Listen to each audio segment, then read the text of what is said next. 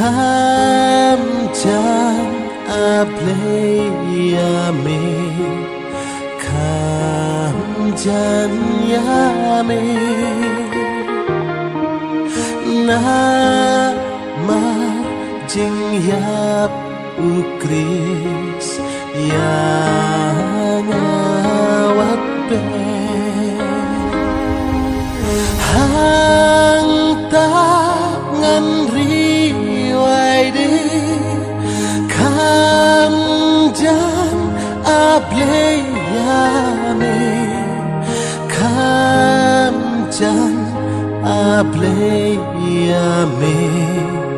kham jan yame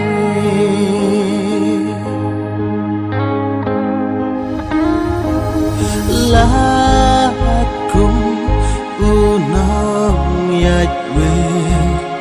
la sep kasih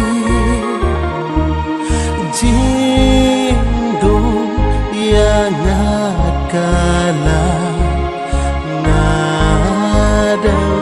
kakli haka jingpok sendiri kam